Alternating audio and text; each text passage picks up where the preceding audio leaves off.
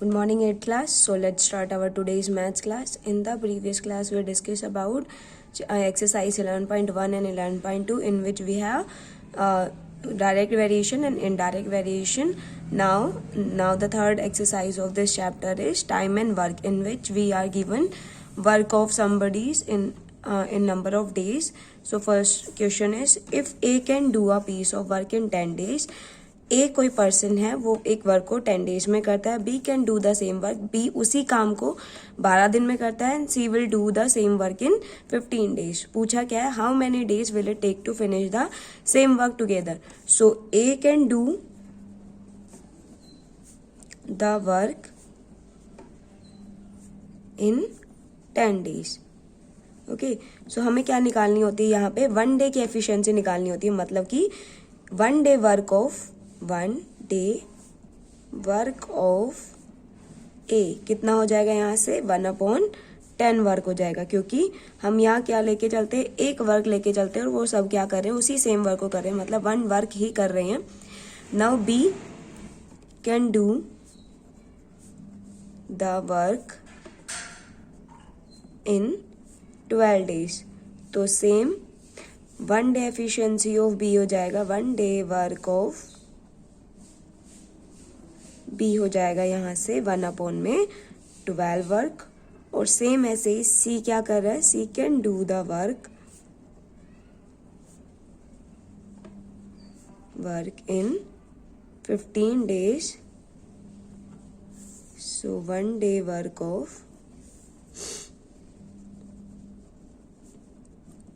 सी हो जाएगा यहाँ से 1/15 वर्क.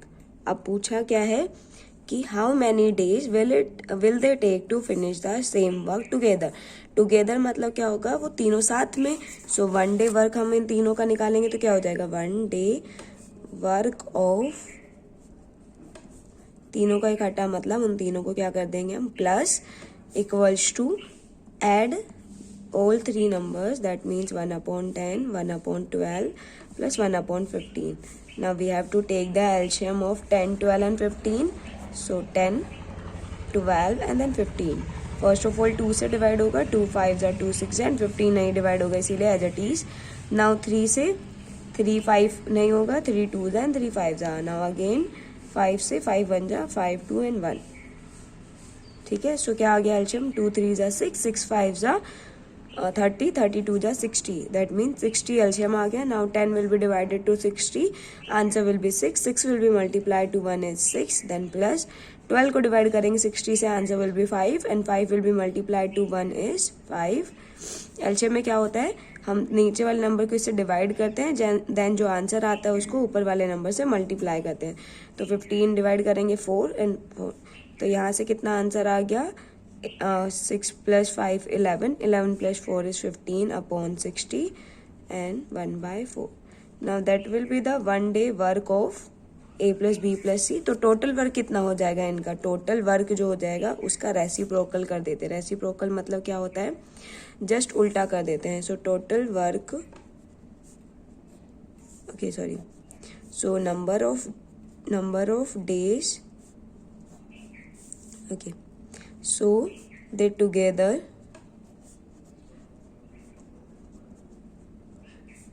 take 4 days. क्योंकि 4/1 हो जाएगा यहाँ इसका reciprocal. So 4 days to complete the work. वो साथ में कितना दिन लगाएंगे, 4 days में ही कंप्लीट कर देंगे उस वर्क को. ठीक है, सो इस एक्सरसाइज में ऐसे ही क्वेश्चन है. आपको क्या करना है, वहाँ पे 1 डे वर्क निकालना है, देन जितना भी पूछा उन सबको प्लस करना है, एंड देन जो वर्क होगा उसका रेसिप्रोकल होके क्या आ जाएगा, टाइम आ जाएगा. ठीक है, now next chapter is chapter number 12, in which we have quadrilaterals. First of all sum of angles of a quadrilateral, because in a quadrilateral there are 4 angles and sum of all the angles is 360. ठीक है, जितने भी angles हो, अगर in case we are given that in a quadrilateral 3 angles are 35, 75 and 105 and we have to calculate the 4th angle. ठीक है, सो quadrilateral है, obviously वहाँ 4 एंगल्स होंगे और उन सबका सम कितना होगा, 360. सो 35 plus 75. Here we are given 3 angles and fourth one is missing, so we consider it at x and equals to 360 because sum of angles of a quadrilateral is 360. Now x will be equals plus, इन सबको sum करेंगे 5 5 5 15, then 0 7 3 11 and then 2, 215 equals to 360 and x equal किससे आ जाएगा 360, ये इधर plus में इधर आ क्या होगा minus, and the answer will be equals to 5 and then 4 and then 1. ठीक है, so 145 degree is the fourth angle. तो ये क्या था हमारे पास कि अगर in a quadrilateral if we are given 3 angles and we have to find the fourth angle, and in case you are asking about sum of angles, exterior angles, exterior angle कितने होंगे, अगर quadrilateral के interior angle 4 है तो exterior भी कितने होंगे, वहाँ पे 4 ही होंगे और उन सब का सम भी क्या होता है 360 होता है. ठीक है, एक quadrilateral उसके exterior angles का सम भी कितना होता है 360. Now in case if you are given the ratio between the angles, in case you are given the ratio between the angle, for example 3 ratio 5 ratio 7 ratio and ratio 9. ठीक है, these are the ratio between the 4 angles of a quadrilateral and we have to consider each angle. So first of all first angle के लिए ratio कितना है हमारे पास, इसमें क्या होगा quadrilaterals के angles का sum हमें पता है कितना होता है 360.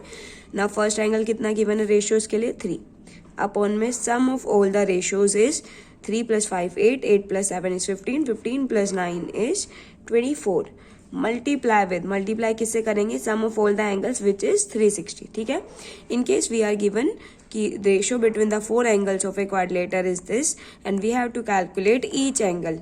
ठीक है, सो क्या करेंगे, फर्स्ट एंगल जो है उसको उठाओ, उसका रेशियो कितना है 3 अपॉन में total sum of the ratio is 24 and multiply with total sum कितना होता है एंगल्स का 360. Now cancel out, first of all 3 से करते हैं, 3 8 जा 3 1 जा. नाउ 8 से कर दो इसको कैंसिल, 8 4 जा 32 एंड 8 5 जा 40. तो कितना आ गया answer 40.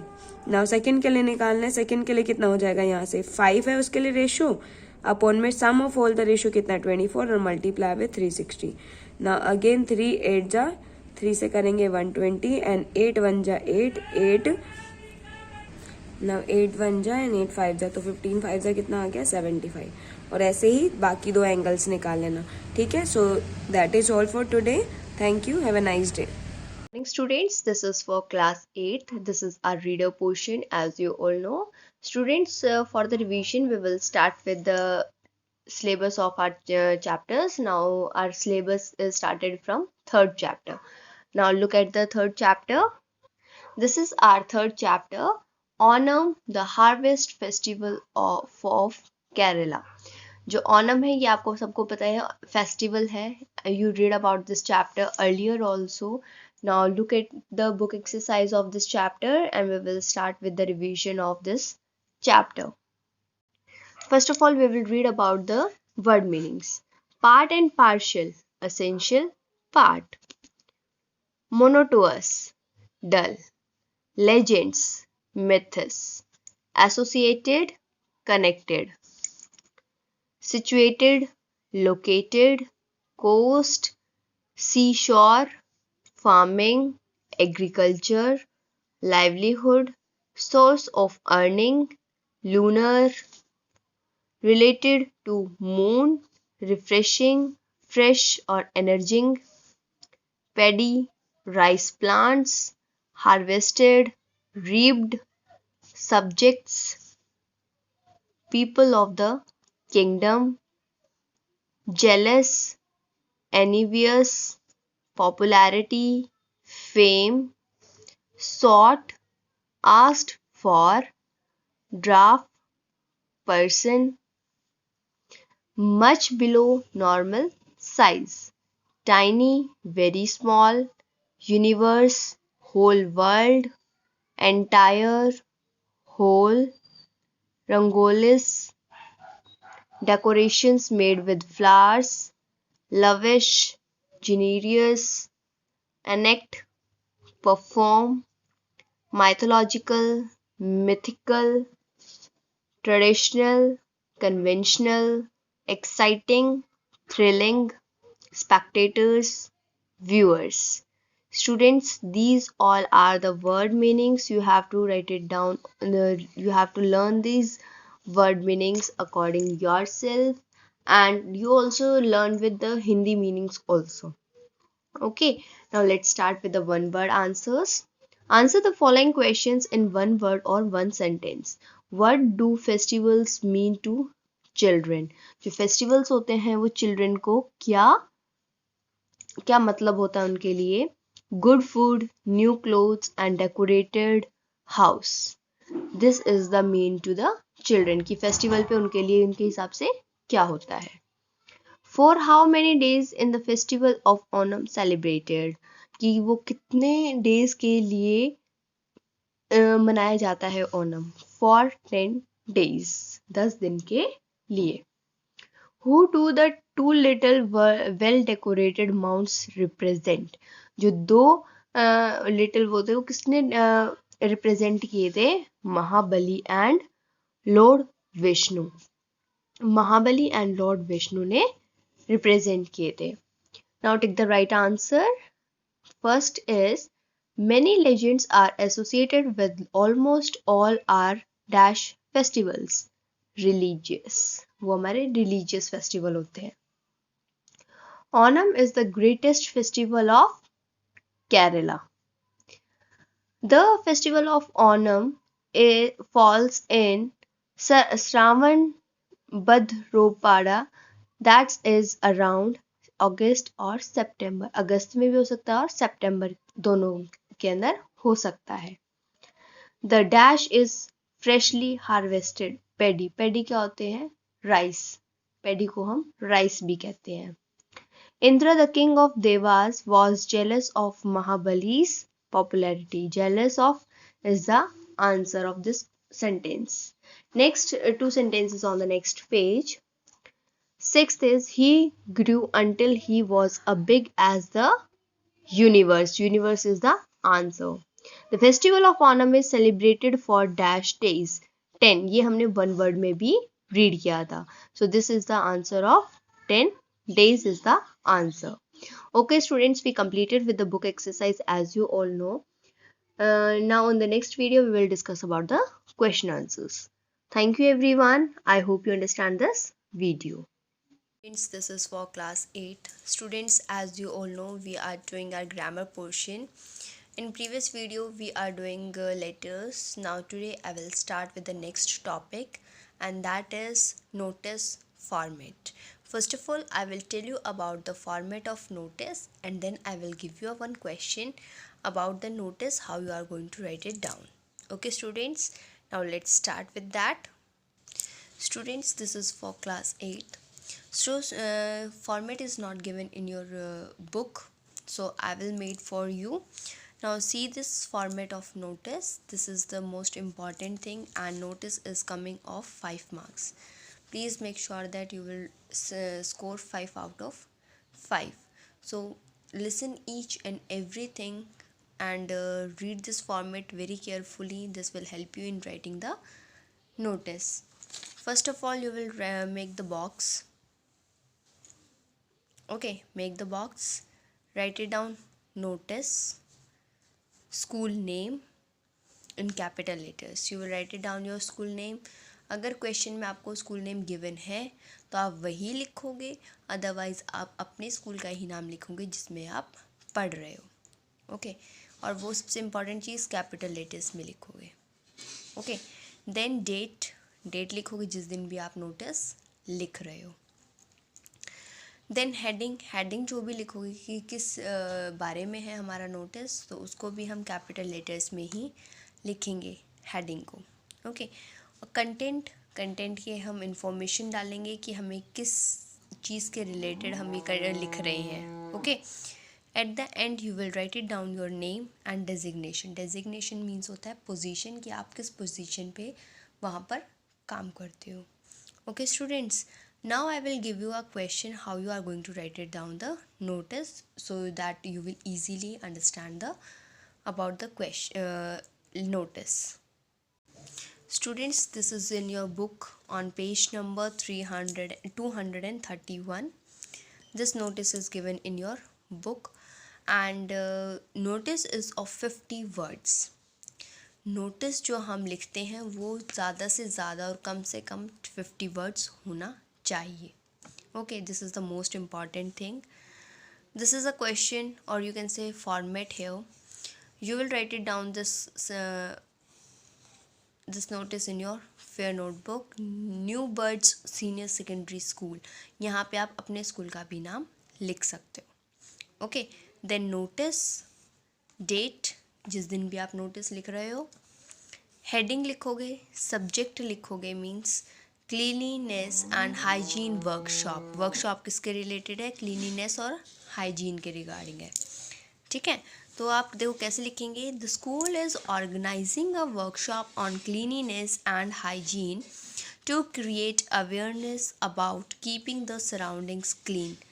Doctors from AIIMS will share the precautionary measures that must be taken to stop the breeding of mosquitoes and germs to avoid dengue, malaria, chikungunya, etc. The workshop will be conducted on Saturday and the timing are from 11 a.m. to 1 p.m. All the students and teachers are requested to attend it. For further details, please contact the undersigned.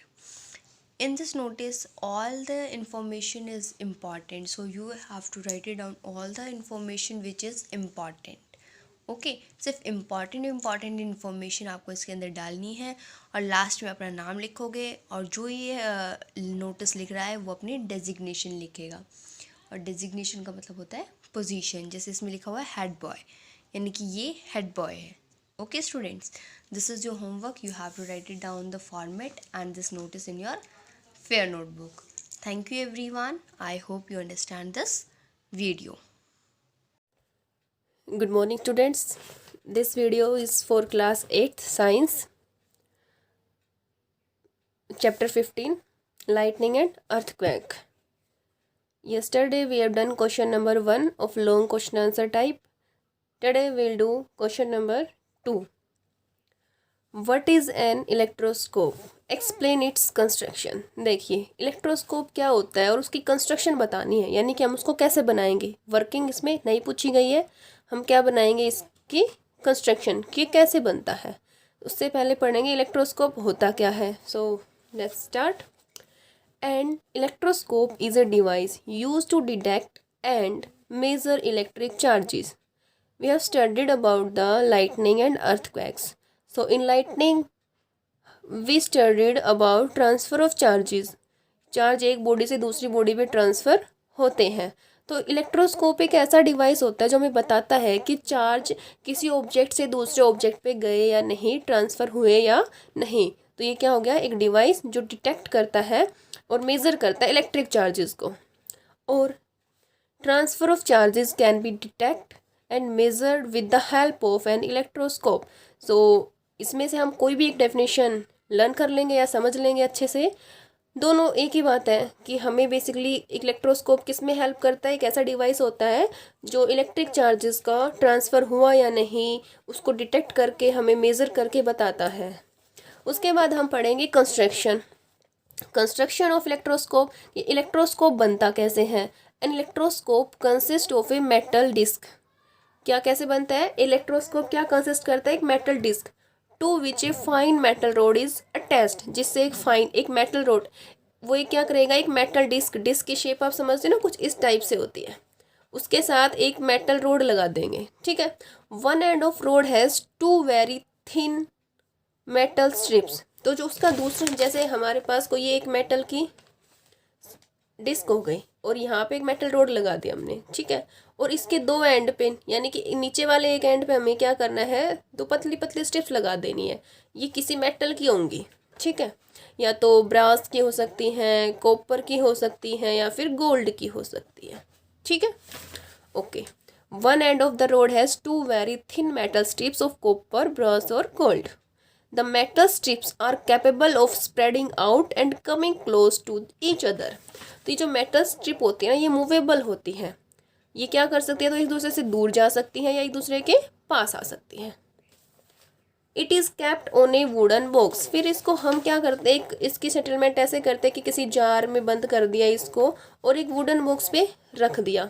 ठीक है, तो अब आप ये सोच रहे होंगे, अभी यहाँ तो सिर्फ हमने कंस्ट्रक्शन ही पूछी है, तो अब वैसे तो आपको पता है, लेकिन मैं एक बार फिर से एक्सप्लेन कर रही हूँ कि वर्क कैसे करता है। तो जैसे एक मेटल डिस्क है, इसके अटैच, इसके कॉन्टैक्ट में हम कोई मेटल लाते हैं या कोई ऑब्जेक्ट लाते हैं, तो इसका चार्ज जो कॉन्टैक्ट में लाए उसका चार्ज इस पर ट्रांसफ़र हुआ या नहीं, ये कैसे पता चलेगा कि जैसे इसको कॉन्टैक्ट में लाए तो यहाँ पे जो ये पतली पतली स्ट्रिप्स लगाई है ना, ये क्या करती हैं, फ्लक्चुएट करती हैं, या तो एक दूसरे के पास आएंगी या फिर एक दूसरे से दूर जाएंगी। यानी जैसे इन्होंने फ्लक्चुएशन दिखाया, इसका मतलब इस ऑब्जेक्ट का चार्ज मेटल के थ्रू ट्रांसफ़र होकर यहाँ तक आ गया, तभी इन्होंने कुछ अपने आप में फ्लक्चुएशन दिखाया है। अगर ये फ्लक्चुएशन शो नहीं करती, इसका मतलब चार्ज ट्रांसफ़र नहीं हुआ। और हमने पढ़ा है कि लाइक चार्ज जो होते हैं वो एक दूसरे से रिपेल करते हैं और अनलाइक चार्ज एक दूसरे के पास आते हैं। तो ऐसा इनमें होता है, अगर करते हैं और अनलाइक चार्ज एक दूसरे के पास आते हैं, तो ऐसा इनमें होता है, अगर लाइक सेम चार्ज यहाँ से ट्रांसफ़र होकर आएगा तो एक दूसरे के क्या होंगी, दूर जाएंगी, और अगर अलग अलग चार्ज ट्रांसफ़र होकर आते हैं तो एक दूसरे से पास आती हैं। I hope you understand in a better way this question. So have a look again and note it down in your notebook. Now question number 3. What is lightning? Can it be dangerous? State the principle of lightning conductor. अब हमने पढ़ चुके हैं हम कि lightning होता क्या है। लाइटनिंग जब थंडरस्टॉर्म होता है या फिर आंधी तूफान आते हैं, बारिश आने वाली होती है, उस टाइम पे क्या होता है, एक लाइट चमकती है, जो कि देखने में तो बहुत ही सुंदर लगता है वो पैटर्न, बट वो हमारे लिए बहुत ज़्यादा हार्मफुल हो सकता है। वो पीपल्स को, लोगों को मार भी सकता है, क्योंकि पता है ना, लाइटनिंग कहते हैं ना, बिजली गिर जाने से किसी की मौत हो गई ऐसे। ठीक है, तो ये देखिए क्या होता है लाइटनिंग। और लाइटनिंग होता क्यों है, एक्चुअली फ्रिक्शन, हमने कल पढ़ा था फ्रिक्शन के बारे में। तो फ्रिक्शन से क्या होता है, चार्ज का ट्रांसफ़र होता है। तो जब क्लाउड्स और एयर, विंड के बीच में फ्रिक्शन होता है ना, तभी हमारी लाइटनिंग होती है appear. Okay, lightning is a bright flash of electrical discharge produced along with a thunderstorm. Lightning क्या होता है, एक ब्राइट फ्लैश होता है, किसकी वजह से होता है, इलेक्ट्रिकल चार्जेस जो होते हैं डिस्चार्ज होते हैं ना, यानी कि एक ऑब्जेक्ट से दूसरे ऑब्जेक्ट पे चले जाना, या उनके पास उनसे फ्रिक्शन होने पे उन चार्जेस का ट्रांसफ़र हो जाना, है ना। Produce along with a thunderstorm, कब प्रोड्यूस होते हैं, थंडरस्टॉर्म के टाइम। उसके बाद इसने पूछा can it be dangerous. So lightning can be dangerous because, क्योंकि it can kill and injure many peoples, क्योंकि लाइटनिंग क्या कर सकता है, लोगों को मार भी सकता है और उनको इंजरी समझते हो ना, किसी भी तरीके से हानि पहुंचाना। ठीक है, किसी को चोट लग जाना किसी तरीके से लाइटनिंग की वजह से, कैसे भी। ठीक है, उसके बाद है, उसमें थर्ड पूछा है, इस क्वेश्चन ने एक और चीज़ पूछी है, state the principle of lightning conductor. So now we will discuss about the lightning conductor. A lightning conductor is an instrument. एक लाइटनिंग कंडक्टर क्या होगा, इंस्ट्रूमेंट होगा, use to protect a building from the harmful effect of lightning. Lightning conductor क्या होता है, एक instrument होता है जिसको हम, जैसे टॉल बिल्डिंग वगैरह होती है ना, उनके साइड वॉल पे लगाते हैं, जिससे कि चार्जेज का जब ट्रांसफ़र होता है, अगर उस पर लाइटनिंग बिजली गिरती है तो उन चार्जेज को, वो चार्ज जो है वो लाइटनिंग कंडक्टर के थ्रू पास होके या उनमें से फ्लो होके नीचे अर्थिंग में चला जाता है। ठीक है, तो वो क्या करता है, उस बिल्डिंग को या वहाँ पे रहने वाले लोगों को बचाता है। So from the harmful effect of lightning, यानी कि लाइटनिंग कंडक्टर एक ऐसा इंस्ट्रूमेंट हो गया जो प्रोटेक्ट करेगा बिल्डिंग को या बिल्डिंग में रहने वाले लोगों को, किससे, from harmful effect of lightning. Okay, I hope you all understood it. We already discussed this in classes, but now I'm again explaining for you, so please try to understand it in a good way. Okay students, good morning students, I am Priya ma'am, Hindi teacher. हम कर रहे हैं आज कक्षा 8 में Hindi grammar, chapter number 12, नाम है विशेषण। इसका हम रिवीजन करेंगे। सबसे पहले विशेषण की परिभाषा। विशेषण जो शब्द संज्ञा या सर्वनाम की विशेषता बताते हैं, हम उन्हें विशेषण कहते हैं। जैसे इसमें फॉर एग्जाम्पल दे रखे, हलवाई गरम गरम समोसे बना रहा है, तो इसमें हमने समोसे की जो विशेषता वो क्या बताई है, गरम गरम, तो इसमें हम विशेषण शब्द क्या जो करेंगे, गरम गरम। मीठा सेब खाओ, इसमें विशेषण शब्द क्या होगा, मीठा। इस प्रकार हम समझ सकते हैं गरम गरम समोसे। अब समोसे जो है उसको हम विशेष्य बोलेंगे और गरम गरम को विशेषण।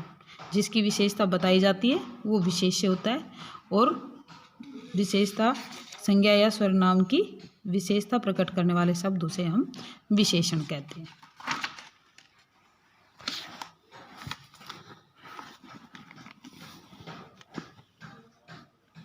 विशेषण विशेष्य के कुछ अन्य उदाहरण भी है। देखो, मैं ठंडा पानी पीना चाहता हूँ, तो इसमें विशेषण क्या है, ठंडा, और विशेषता किसकी बताई जा रही है, पानी की, तो पानी जो है वो क्या बन गया, विशेष्य। कमरे में 10 आदमी है, आदमी विशेष्य और 10 विशेषण, जैसा कि हम बुक में देख रहे हैं।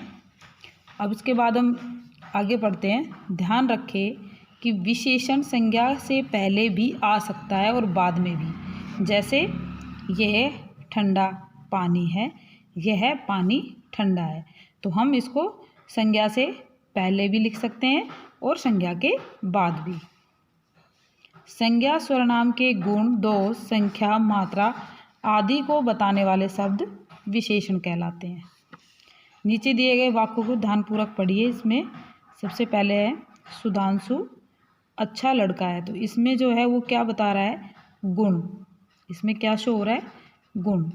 कक्षा में 30 विद्यार्थी है, इसमें संख्या बताई जा रही है। उसके पास बहुत अनाज है, तो ये जो है मात्रा बताई जा रही है। वह लड़का गरीब है, इसमें अवस्था बताई जा रही है। पहले वाक्य में अच्छा विशेषण लड़का के गुण बता रहे हैं, तो इसको हम क्या बोलेंगे, गुणवाचक विशेषण। विशेषण के भेद बताए जा रहे हैं। इसमें दूसरे वाक्य में बहुत जो है वो परिमाण बता रहे हैं, तो इसको हम परिमाणवाचक विशेषण बोलेंगे। तीसरे वाक्य में 30 जो है वो संख्या बता रहा है, तो इसलिए हम इसको संख्यावाचक विशेषण बोलेंगे। चौथे में वह सर्वनाम पद लड़के की ओर संकेत कर कह रहा है, इसलिए इसे हम सार्वनामिक विशेषण कहेंगे। अब विशेषण के हम भेद समझते हैं। विशेषण के 4 भेद हैं। एक है गुणवाचक, दूसरा संख्यावाचक, तीसरा परिमाणवाचक और चौथा है सार्वनामिक। इसको हम संकेतवाचक विशेषण भी कहते हैं। तो अब इसको हम विस्तार से पढ़ेंगे। सबसे पहले हम गुणवाचक विशेषण के बारे में पढ़ेंगे। जो शब्द संज्ञा या सर्वनाम के गुण, दोष, दशा, रंग, आकार, स्वाद, अवस्था का बोध कराते हैं, उन्हें गुणवाचक विशेषण कहते हैं। जैसे अच्छा, बुरा, पतला, मोटा, छोटा, ऊंचा, उपयोगी, भारतीय, बनारसी आदि। जैसा हम ये चित्र में देख रहे हैं, ये सारे गुणवाचक विशेषण में आते हैं। दूसरा है संख्यावाचक विशेषण। संख्यावाचक जैसे नाम से पता चल रहा है, जिसमें हम संज्ञा या सर्वनाम की संख्या का बोध होता हो। जो विशेषण शब्द संज्ञा और सर्वनाम की संख्या का बोध कराते हैं, उन्हें संख्यावाचक विशेषण कहते हैं। जैसे 2, 4, कुछ, 5वां, 7वां आदि। जैसे हम चित्र में देख रहे हैं, 2 फूल, चौथा बालक, 1 कुत्ता। ये 1, चौथा 2, ये सब क्या है, संख्या, इसलिए हम इसको संख्यावाचक विशेषण बोलेंगे।